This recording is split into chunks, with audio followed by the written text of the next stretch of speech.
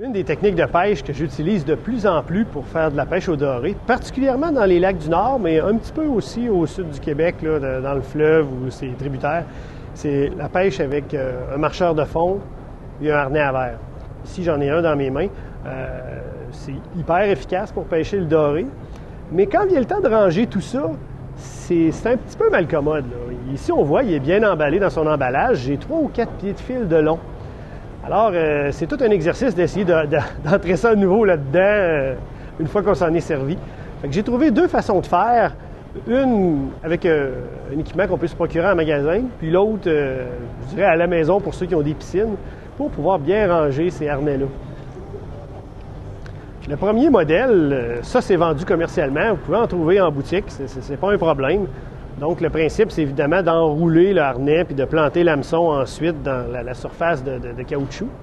Donc ça permet de bien les garder, pas trop mêlés, mais je dirais, c'est bien, mais c'est pas très bien, là. J'aurais aimé, moi, quelque chose avec un plus gros diamètre un peu, puis... Mais bon, ça faisait le travail. L'année passée, dans un tournage pour mon premier DVD de technique de pêche, j'ai pêché avec Daniel Haine et Didier Germain. J'ai vu comment eux attachaient le harnais à verre, puis j'ai trouvé l'idée absolument géniale.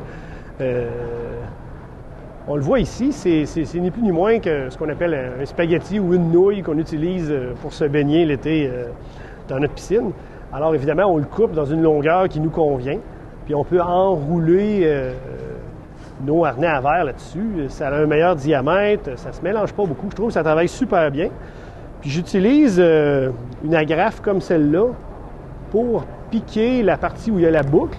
Puis évidemment, l'hameçon va se piquer dans le fond à l'autre bout. Donc voilà 2 façons de ranger vos harnais à verre pour éviter que ça se mêle et qu'ils finissent par se retrouver carrément dans la poubelle. Donc voilà, à la prochaine et bonne pêche.